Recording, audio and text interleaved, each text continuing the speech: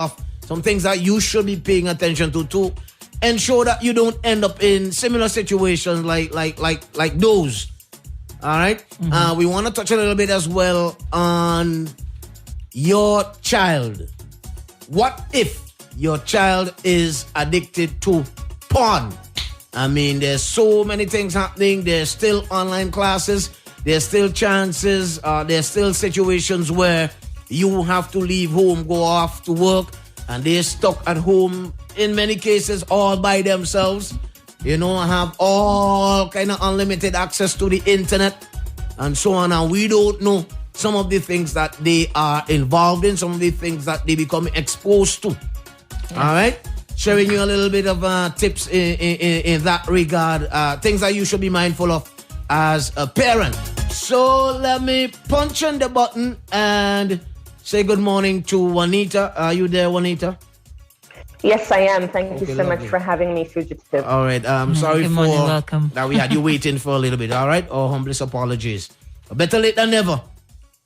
That's right. You're teaching me patience. That's okay. And that's a good thing. Patience and that's a good virtue. thing. All right. So, Juanita, well, let me say welcome back. This time it is somewhat virtual than the last time when we had an exciting, well-delivered discussion with you in studio physically.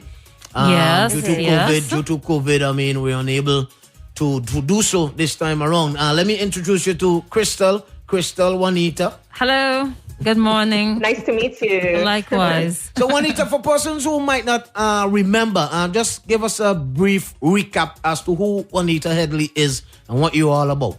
Maybe we can start there. Most certainly. You give your good mornings and so on, and then we go there.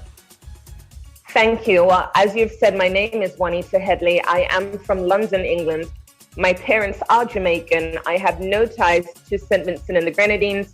I've been a New York licensed attorney for close to 7 years. I'm a pro bono / unpaid attorney.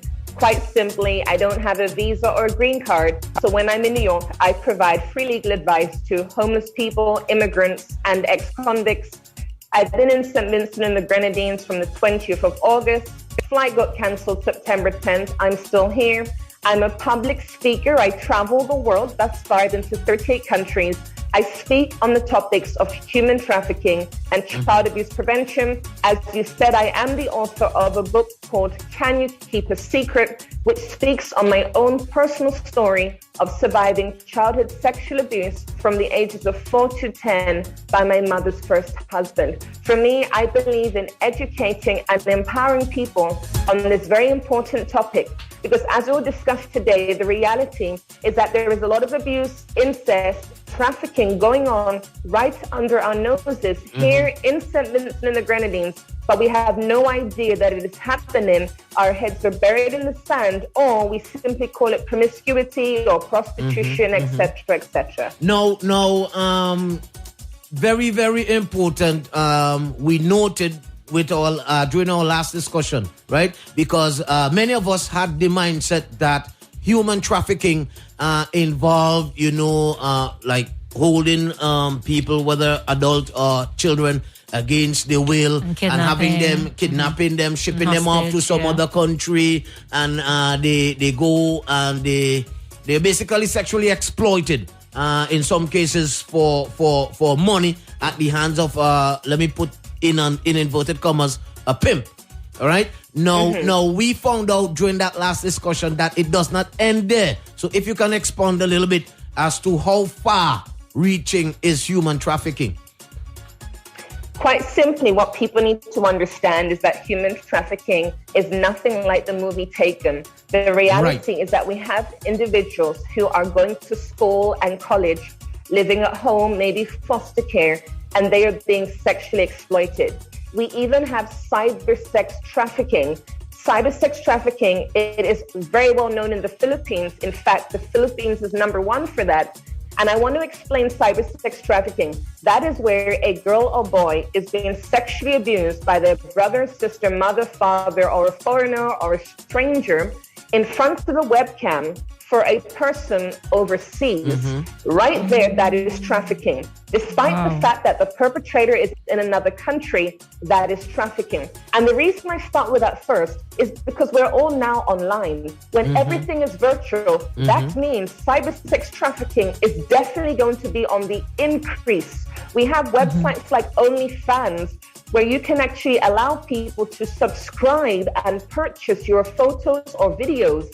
And that gives you room to, of course, allow yourself to do what they call sex work, which I'm uncomfortable using, but that's the term, or for somebody to sell you via OnlyFans. And if we bring it back home, and I'm saying this as a lawyer, I'm not stretching the definition, this is the reality. You could be born in Kingstown. Right. You could live in Kingstown. However, what we have to understand, if your mother or father is selling you from your bedroom, you don't even have to leave your house to be trafficked. If your mother is allowing men or even women to engage sexually with you for utility bills, for Digicel flow data, for you to get money or KFC, that can constitute trafficking. And that is what people have to understand. And let me take it one step further. When you take your daughter to those foreign men, the yachties, or you take your daughter to Myro to have sex with an individual, that is indeed trafficking. Wow, it's really eye-opening to see how far out the definition of sex trafficking or human trafficking expands. My question to you, in terms of demographic, is this more prevalent among children or is it more prevalent among adults? Virtual human trafficking, that is. You mean cyber sex trafficking? Cyber sex trafficking, yeah. Well, first thing is that when it comes to sex trafficking, it's more prevalent with females, obviously, and then it's more prevalent with children because children are vulnerable. And what we need to understand, when a child is groomed, the child will be silent. And that's what people need to understand. No matter how close you are with your children, no matter the intimacy of your relationship, that you're like friends, no matter the fact that your child speaks freely to you, grooming, in my opinion, is one of the most effective tools that perpetrators use. Rather than threatening a child into silence when they groom you, it is a gradual process. And before you know it, you've been abused. But beyond that, because it's so gradual, you do not eventually open up and say anything, because often we blame ourselves. Often there's a lot of guilt. Why didn't I do anything? And it's so gradual that there are times we don't even realize what is happening to us, because they may lie and say, well, this is normal, this is natural, this is what dads do with daughters and things like that. So grooming is something that needs to be focused on. And I was groomed by my stepfather. My mother was a teacher, and she told me clearly, nobody should touch your private parts. She told me that. But because I was groomed, that warning didn't help, because it was so gradual. No, that's what we need to understand. How do you as a parent, as a guardian, you know, that other person in the room, how do you tell that the child who is the victim is being groomed? What are some telltale signs? Things that you look for? Things that you should pay attention to? What I would say, it is very difficult to identify if a child has been groomed. Why? Because I would say that when we're groomed, we look and behave completely normal. Grooming is very gradual. Example of grooming, playing video games is an example of grooming. There was a case in the US where a guy would play video games with a boy. Eventually, he sexually abused him. We also have many cases of grooming, not just with children, but I'm going to go so far as to say with women and girls, where the guy simply listens to her. When a woman or a girl is dating somebody 10 or 20 years older, what does she usually say? It's because he listens to me. When you do not listen to your children, when you do not give them undivided attention, the perpetrator will. Other times, the grooming is more direct and less overt, where they would be shown pornography, where they would be given alcohol, marijuana, where they engage in the secrecy. It's to create this shroud of secret keeping. so that when they then go on to perpetrate a sexual offense upon you, you've already got secrets. You were drinking alcohol, you're underage. So it's very hard for you to come out and say that you were abused because you've already got all these things you're ashamed about. Wow. But we've got to appreciate grooming boys is different from grooming girls. Explain. When you groom a boy, it could be visual, pornography. With a girl, it would be WhatsApp, Instagram, talking to her, telling her she's pretty. The grooming comes in different forms. It is very subtle. And understand, adults get groomed too. Even for myself, I was with a pastor in Ghana in a taxi. He was trying to groom me. The things that he would say, the comments he would make, the touching of my knee, the things he was doing were not sexual. It was very subtle, very subtle, but it's building up that familiarity. And before you know it, it will lead down to a path of God. It's kind of like testing the waters. Kind of like testing the waters. See how you would respond. Exactly. If I do this, how would she respond? Yes. Right. Yeah. That's right. So for example, a child who has been groomed and he or she is being told that this is what happened to you, what happens next with that child? They go through therapy. How do you ungroom, if that's the term to use, but how do you reverse that sort of psychological effects? Well, actually, what you've said there is completely valid, and that is what's truly important. Counseling and therapy. When a child has been abused, that is considered to be an ACE, adverse childhood experience, sexual, physical, emotional. When a child is abused at a young age, it affects the development of the brain. It creates spaces in the brain. But science has shown with therapy, counseling, prayer, and healing, the brain is restored. We have a lot of dysfunctional adults in our world because of what happened to them 10 or 20 years earlier. And that is what people do not understand. Without dealing with the past, you are unable to have a healthy and whole future. And it comes out in different ways. There are many individuals who display promiscuous behavior. Oftentimes, the root cause is being sexually abused in their childhood. What about somebody with an intense hatred towards men? And I have to go there because on some occasions, I'll say that again, on some occasions, a person may become transgender or homosexual on some occasions because of abuse. I know of a woman, her name is Diamond, obviously not her real name. She works in a strip club in the Philippines and disclosed to me she sells sex to make more money.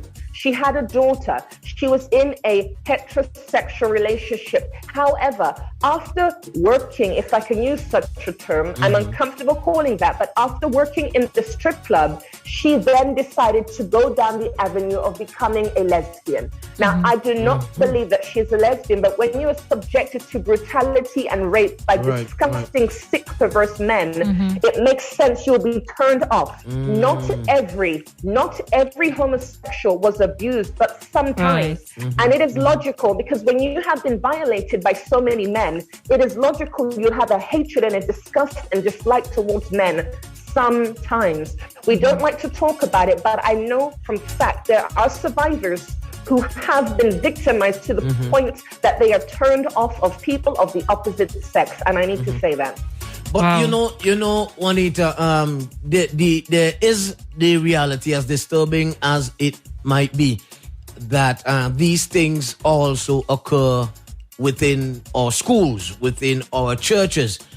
Is there any real way that we can prevent our kids, you know, especially our kids from these type of experiences? I think first and foremost, you need to be able to communicate with your children without them feeling as though you are going to cast judgment or blame. Because too often, when we hear of an allegation, we find ways to attribute that to the person. It doesn't matter the gender or the age, we look at ways to blame the victim.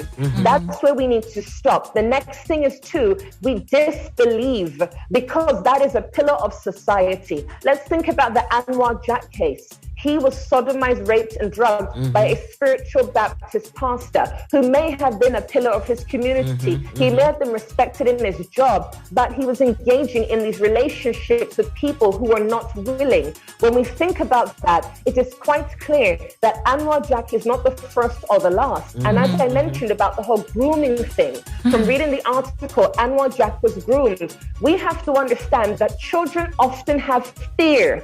fear is false evidence appearing real. On the back of that, if you have told your son or daughter, if anybody lays a finger on you, I will take them out. If your child has been groomed and likes the perpetrator but not the abuse, they will protect the perpetrator. My stepfather was my best friend, thus I did not like being abused. It is hard for people to understand because you expect us to hate our perpetrator. Often that is not the case. Other times, we're trying to protect our parents. And that's what we have to appreciate. If you have said to your child, God forbid anything happens to you, I'll have a breakdown, I've been abused, your grandma's been abused. When you say that to your child, they will protect you from the breakdown. They will not disclose. So that is the challenge. You've got to ensure that your child feels comfortable disclosing. Do not allow them to have fear of you harming that person or fear of you being harmed. And you've got to read the signs. You've got to have conversations. Do not be arrogant and say, we have a good relationship, they talk to me. Abuse is one of the biggest secrets that we keep. And I can tell you there are men and women in St. Vincent and the Grenadines who have been sexually abused in their childhood and their parents have no idea. I can tell you that because they have told me. And in some of the cases, I am the only person that knows. And that's what we have to appreciate. Something is categorically wrong that you're close with your son or daughter, but they're telling Miss Headley, a complete stranger, for the first time in their life. Now, you made mention of the effects of the disbelief when that comes into play. Now, thinking that you are somewhat familiar with the Oline story, the young lady from Beckwith, all right? And we can link that to victims, persons who would have been victimized, persons who would have been targeted, persons who would have been exploited, persons who would have been abused, right? And them coming public or them reaching out, wanting to speak out. And then there's the backlash. And there's also the reality that in some cases, some people lie about it. When we come back, we'll stick up in. We have the digital state of emergency mix. And in 10 minutes, we come back and we continue. But we come back and we go there. All right? Awesome. Okay, lovely. Thank you.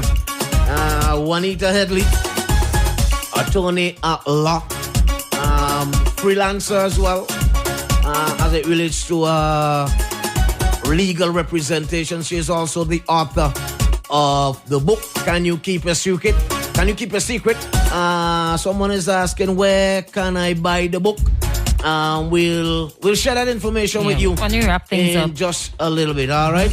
Good, keep it locked inside to the X. We got the digital state of emergency mix coming up. It's a Tuesday morning. So many things to talk about. We come back in a little bit with Juanita Headley after this. Your village, your block is locked to X104.3 FM. And we're on the inside the wake-up call. We're getting ready to resume a little discussion with Juanita Headley, attorney at law. All right, she is also the author of the book, Can You Keep a Secret? Touching on, just for a little bit, on the issue of sexual abuse, online exploitation. We touched a little bit so far this morning. We capped a little bit on the broader definition of human trafficking. We went in a bit on kids or persons being groomed and the ways in which these things affect or the mental, the physical, the emotional effects of grooming.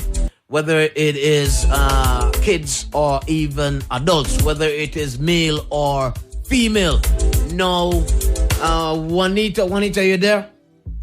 Yes, I'm here. Okay, good. Lovely. Now, oftentimes we, especially as a media outlet, we would encourage persons who have been abused, who've been exploited, to speak up and speak out.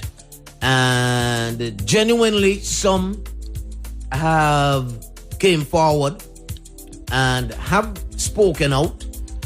There's some who are still trying to find that courage, because of the reality of the public the backfire, of some of the questions that are being asked at times. There's the naming and the shaming at times, the further abuse, whether it is verbally, so many different things that contribute to the fear of victims speaking out.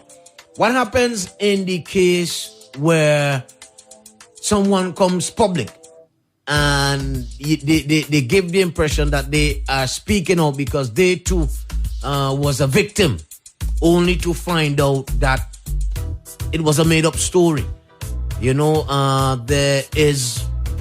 some truth to it, but there is so much more. What happens in the case where you hear that person who pretended to have been a victim was actually part of a process, part of the parcel that exploited other women? How do we deal with situations like these, even as a media outlet? Mm-hmm.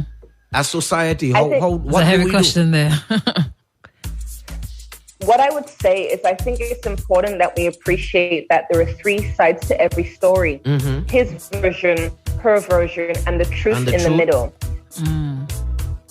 Because the reality is, even if we see, read, or hear information that is leading or leaning towards the fact that that victim is in fact lying or was never a victim to begin with, the fact of the matter is, how do we really know what went on? Right. And that is one of the issues that I have, because hearsay is inadmissible in court. You cannot say a person is lying unless you were there, unless you were an eyewitness to the account.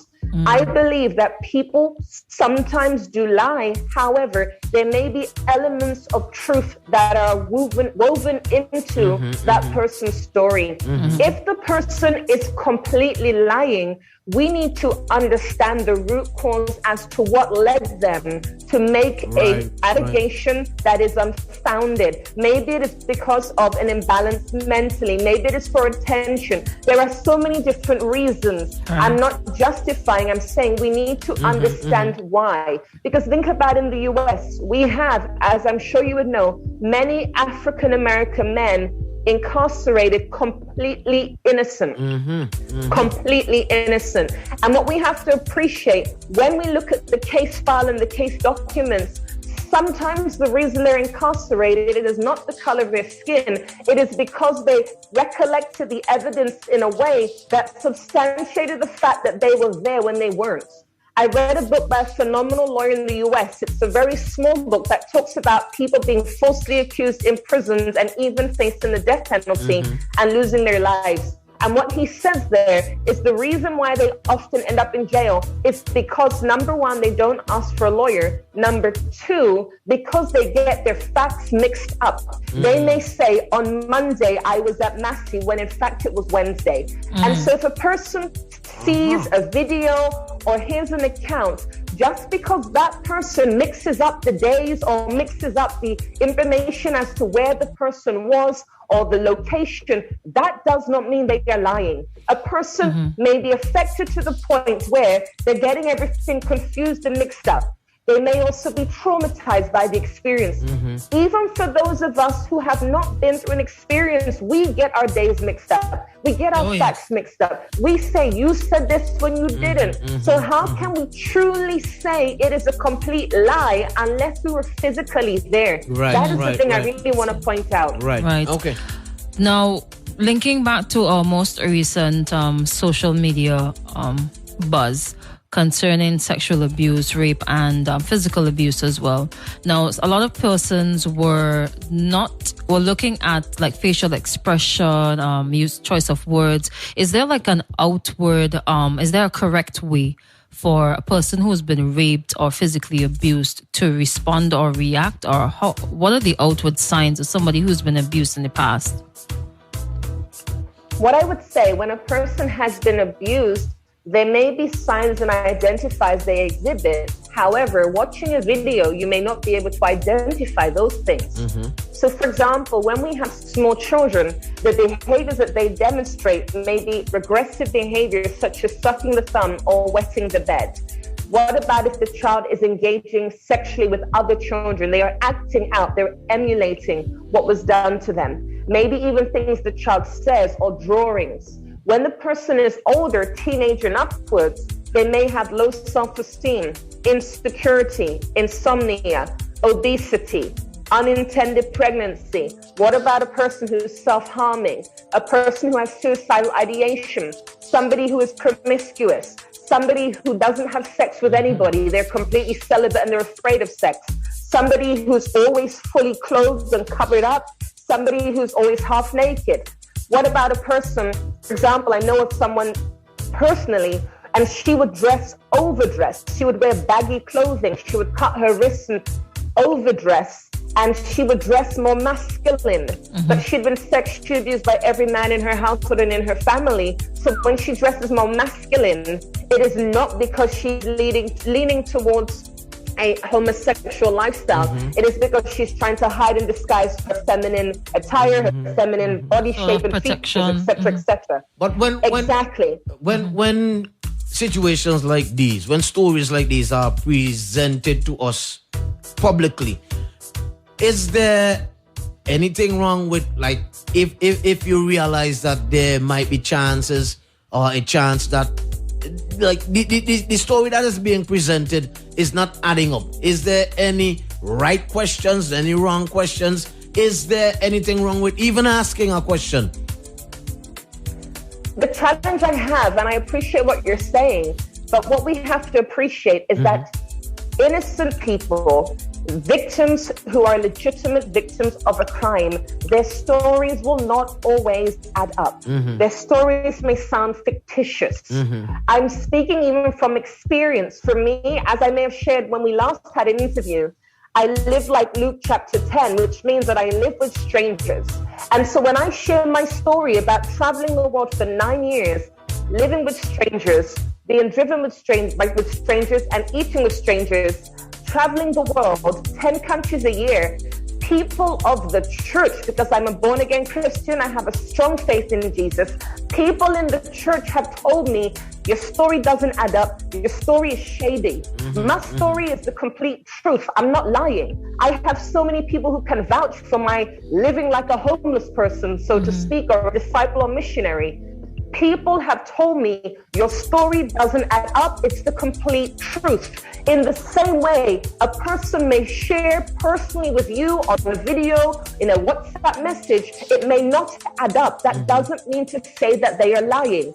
Sometimes we're not good communicators. Just because a person is educated or a professional does not mean that they have the articulacy to explain the story in a way that you will be convinced it is the truth, the whole truth, and nothing but the truth. And that's what we have to appreciate.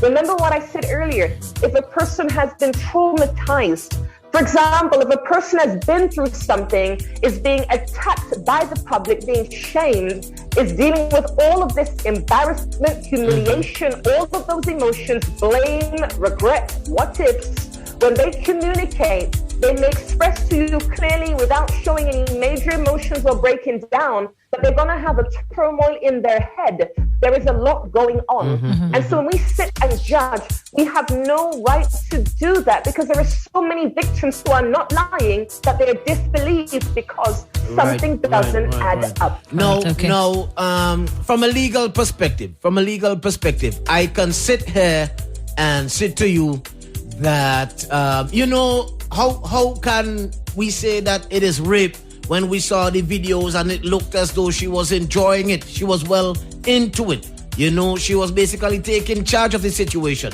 from a legal perspective, because chances are, while that might have been the case, as long as there is a point in time where she says, no, I don't want to go any further, that too can be considered as rape.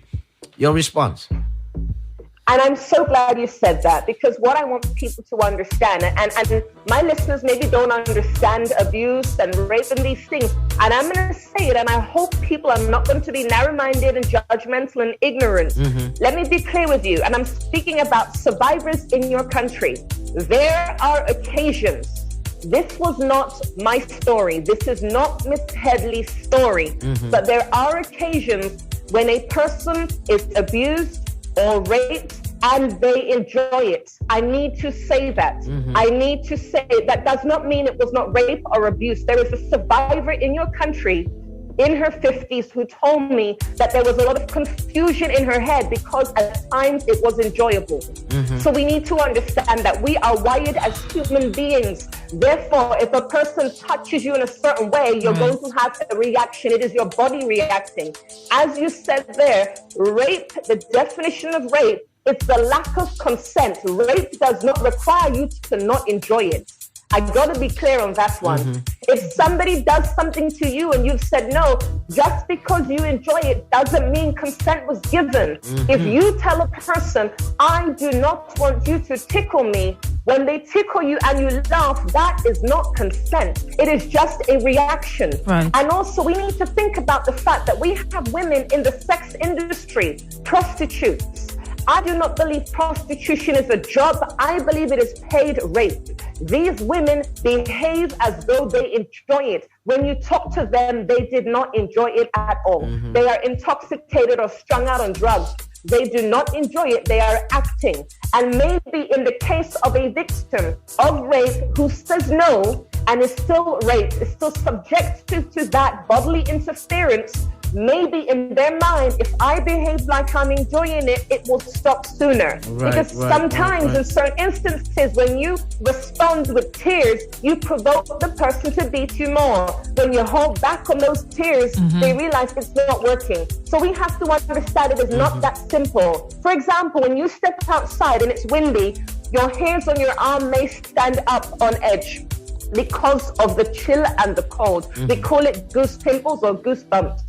Think about it. If a person touches you in a sexual way, your body may have a reaction. Let's be real here. That does not mean it is consent.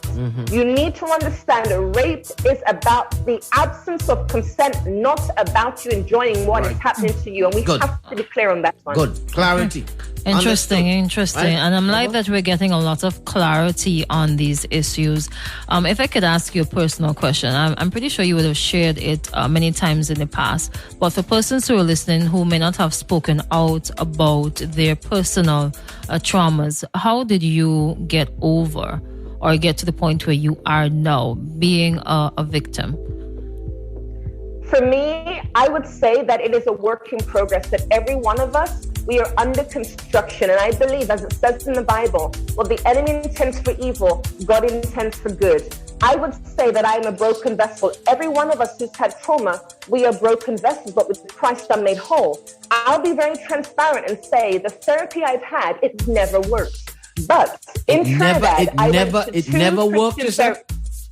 Wait, hold that thought. Okay. Listen to this. In Trinidad, I went to 2 Christian therapists. I went to one on Monday and one on Wednesday, for example. The both of them spoke about my sexual abuse in that first initial assessment. In the very same week, I had a dream about my stepfather. I've never dreamt about him, and that dream was quite concerning because of what transpired in the dream. To be transparent here, what occurred in the dream, I was of age, maybe over 16, with him in a vehicle by some bushes, and he raped me. It would not be consensual because he's my stepfather, but that was a concern to me because I was older. And so what I'm saying is, with those 2 Christian therapists in Trinidad, they touched a nerve. The therapy in England, why did it not work? Hear this carefully. In England, they asked me, how was your day? I talk a lot, as you can see. I can talk about my day for a 15-minute session and not talk about the abuse. I went to Trinidad. They went to the root of the issue. We did not discuss my day. I had a dream, the first dream I've ever had in my entire life about my stepfather. I believe if I was in Trinidad or receiving Zoom counseling from these therapists, I would have the complete healing. But what I will say is that despite my incompleteness, God is still using me. I did not choose to speak on this topic. 6 years ago, I was flown to Tobago and spoke at a judges' conference. Because of my financial situation, living like a missionary or a homeless person, whatever you want to call me, I live with strangers. A stranger said to me, we can give you accommodation in Trinidad, provided you speak on human trafficking. I spoke for a week, and in one of those presentations, a teacher came up to me and said, Juanita, you should share your story. That was the first time I shared my story. I've been doing it ever since. But I want to point something out. Every person who's been abused or been raped or violated will respond differently. The Lord has given me the courage and boldness to talk about my story, but I want to point out something. I was groomed. My stepfather was my best friend. Therefore, I do not hate men. I do not have issues with men. I do not have trust issues. I live risky, according to people, I live in a risky fashion. The point is, I have a faith in God, so I go where I believe I am led. But I want you to understand, because of what happened to me, and hear this carefully, I am a robot. I have two emotions, happiness or anger. Even one of my friends from church who were WhatsApping, and he said, be careful what you say. I was talking about somebody I know, and I said, they're very foolish. And he said, well, don't say that, it's rude. I said, don't take it personally. I have anger issues. When a person has been abused, I've noticed one of the major commonalities. Those of us abused in our sleep have insomnia, like myself. Insomnia my entire life. Wow. Those of us who've been abused, men and women, the majority of us have anger issues. So what I want you to understand, with me, I'm like a robot. I talk about this matter of fact. I talk about it as though I'm separated from it. My Trinidadian therapist said, because you were living with your stepfather, you had to compartmentalize. You had to separate. In other words, your stepfather is your best friend, but he abuses you in your sleep. The only way you could have kept that best friend relationship is by separating. In other words, by hiding and suppressing your emotions. And a lot of us victim survivors, the only emotion we have is anger. And it is constantly there. I'm angry at everything. It's not about you. I'm just angry at the world. I can't explain why I'm always angry, but that is my emotion. So when I talk about the abuse, yes, God gave me the courage and confidence, but I don't really, it doesn't bother me. I don't know how to articulate it. It happened. And I just have anger. And like I said, I'm like a robot. I can't really get in touch with those inner feelings. But if I did get in touch with those inner feelings, I may cry every day. Because for me, I feel like my life has been destroyed. I'm single. I have few friends. I can't hold down a job. I'm insecure. I see an ugly person when I look in the mirror. I have severe insomnia. I cannot sleep with any noise, clock, fan, air condition, snoring. I cannot sleep with noise. Up to now, I suffer because of abuse when I was 4. Wow. And that's what we have to realize. There are people in our world who are dysfunctional because of the trauma that happened decades earlier. Okay, here's one that came in. Sometimes you are scared to talk about it as a young person, as a person at a young age, because you are afraid that you will be beaten by your parents, your mother, is what is there. Usually they would say that you're lying. It says, I was abused at the age of 12. I didn't tell my parents. Now I am 25. And it's been 2 years ago. I talked about it to my aunt. And I told my sister. She doubted. She said it's not true. Why is it that people don't believe you when you say that you've been abused just because you don't go around talking about it? And that's where I struggle. It's not a Caribbean thing. It's very much a kind of people thing. It bothers me. I'm not being funny, but why would somebody lie? Why would an individual sit down at 4, at 10, at 12, and just make it up? Yes, we know that people do lie, but the majority of us, there is some element of truth. If someone comes up to you and they're 25 and says I was abused when I was 12, why would you say they're lying? Why not ask them questions to ascertain if they're telling the truth? Be the detective. Ask them things so you can verify if they're lying. No, you're lying. That is so ignorant. Why not ask them, when did it happen? How did it happen? In a soft, gentle, understanding tone. Don't ask them, are you sure that happened? Maybe you misread it. Don't do that. Ask them with a believing tone to work out if it is true or not. I don't understand. In fact, I know somebody in your country, a man, who was sexually abused by an older female. And when they were caught, when he was being raped, because that's what it was. When they were caught engaging sexually, he, the smaller child, was beaten. I don't understand that. Wow. Something is wrong there. I don't get that. You see, I cannot get to grips. He was the younger one. So you're telling me the 5-year-old or 7-year-old, whatever his age was, somehow enticed the big age girl to engage in sex? Really? Come on. Something is wrong. Yeah, I get sometimes something is seriously wrong. Yeah, sometimes I feel like people don't know how to approach abuse victims and they don't know what to say. So the first thing that pops into their head, it comes out of their mouth without even thinking about it. Doesn't justify their actions, but some people just don't think before they speak. I just want to ask one final question on the matter of grooming. And you mentioned again that your stepfather would have groomed you during the day. He was your best friend, and during the night he was your abuser. Now, drawing reference again to our latest issue, there was talk of there being an aunt. How prevalent is it to have somebody who is outside of the situation, a relative, also groom the victim? So, for example, in this case, the aunt might have been grooming the child and the abuser would have also been grooming the child. How possible is that? Very. And it makes me think of a case, I won't specify the country, but in the Caribbean, a case of a woman who was married. And I say that because she's Christian, I believe.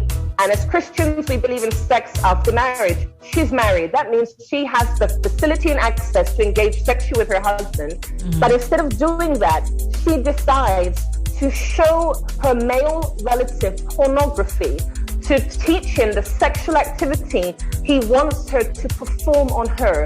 He was under the age of 5 at the time. I even have a story that I think I know shared before of a girl who was 14 and pregnant. She gives birth to a son and a few years later sexually abuses him. When he gets older, he gets his girlfriend pregnant outside of marriage. They have a daughter. They separate. Around 12 to 13 years later, he reconciles with his daughter, who's excited to be back with her father. He sexually abuses her, and by her own admission, she would give herself to her father so he would not have sex with her sister. She then goes back to the Caribbean, where she's originally from.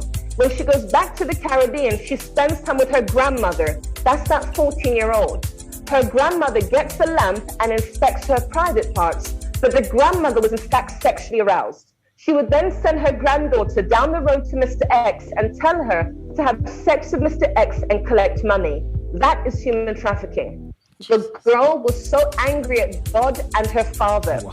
Her father was a pastor, not a priest, because it is not a priest issue, it's a people issue. She tears up the Bible, stuffs it in her underwear. The Bible is removed by her aunt and uncle who sexually abused her too. If you believe in generational curse, that's exactly how it sounds. She is a devout Christian. I believe she is not a pedophile. However, she has been through hell. But I will tell you, her father, he developed some sort of disability with his body. He was a smoker. And on one occasion, he was smoking. The cigarette fell out of his hands and he burnt to death. That's what we call justice in the eyes of God. Wow. Here's another one. How would you handle a situation where a mother encourages her teenage daughter not to tell anyone she is being sexually abused because the suspect or the perpetrator is her own son?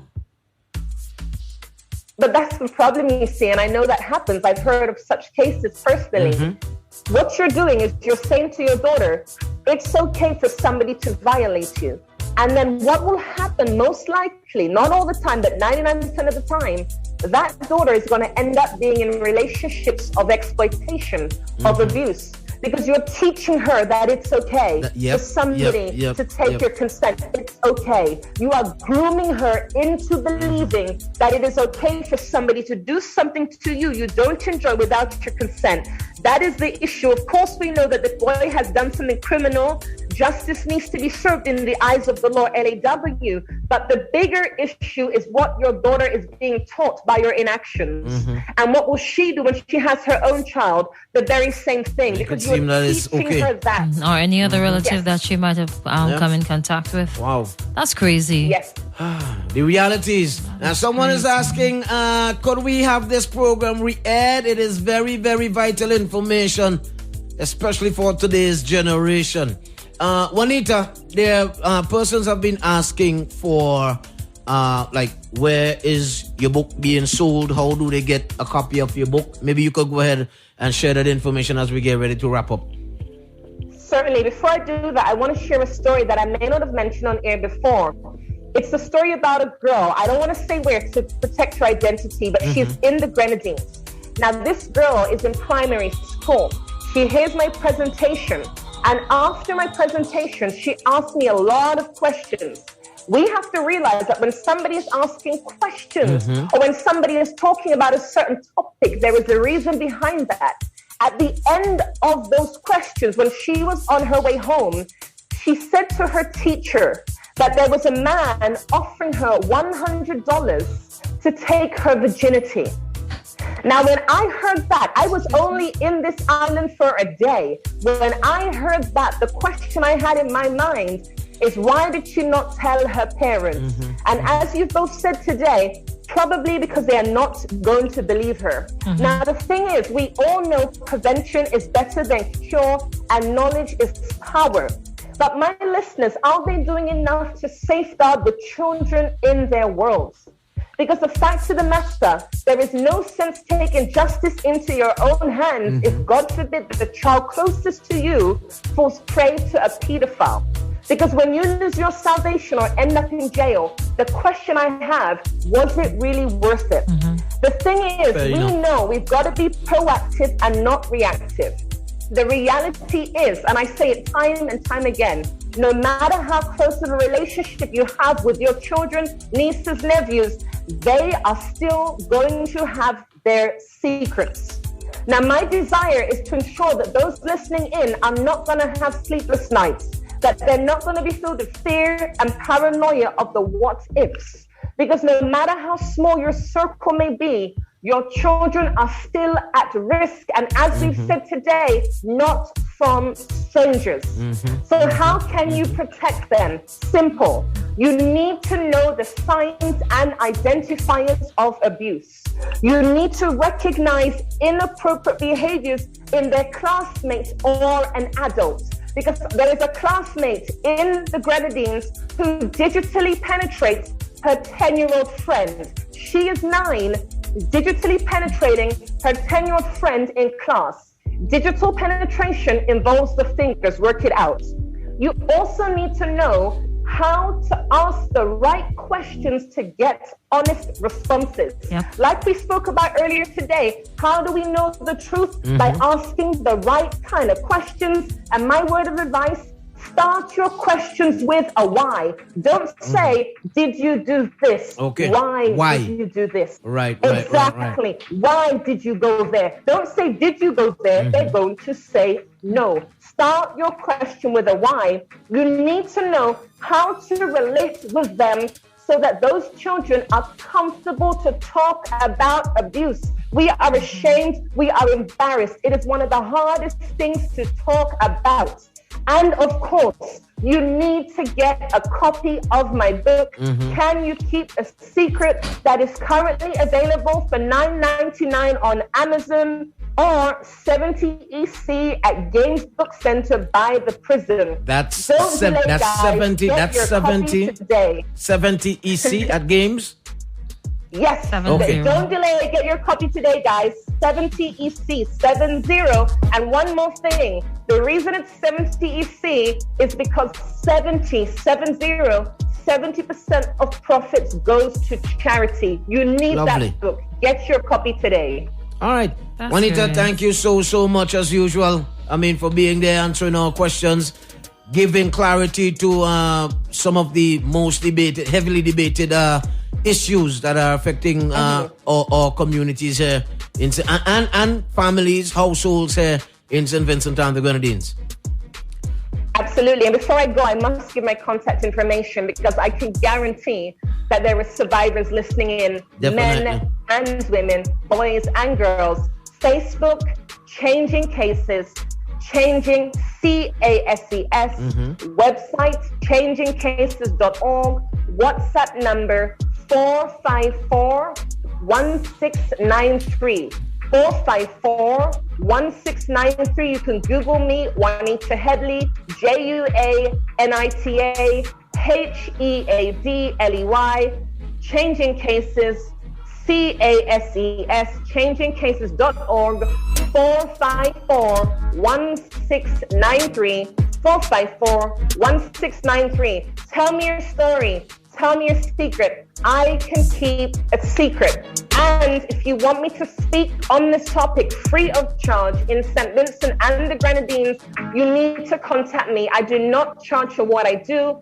This is my life's ministry. I speak via Zoom or in person. Obviously, I take donations. Nothing in life is free. But please reach out to me, 454-1693. And final thing, if you want to sponsor me, I want to stay in your country forever. I want to open bakeries and hire ex-convicts, because when I can hire ex-convicts, they are not going to keep committing crimes because I've given them a job. Sponsor me, please. It's $1,000 guys. I want to stay here. All right.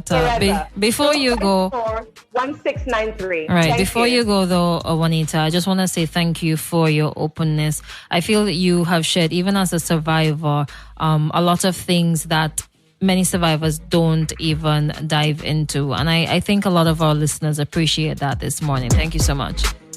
Thank you for having me. Thank you, Juanita. And all the best. Can I just say, wow? Yeah, Wow. That's a whole lot right there.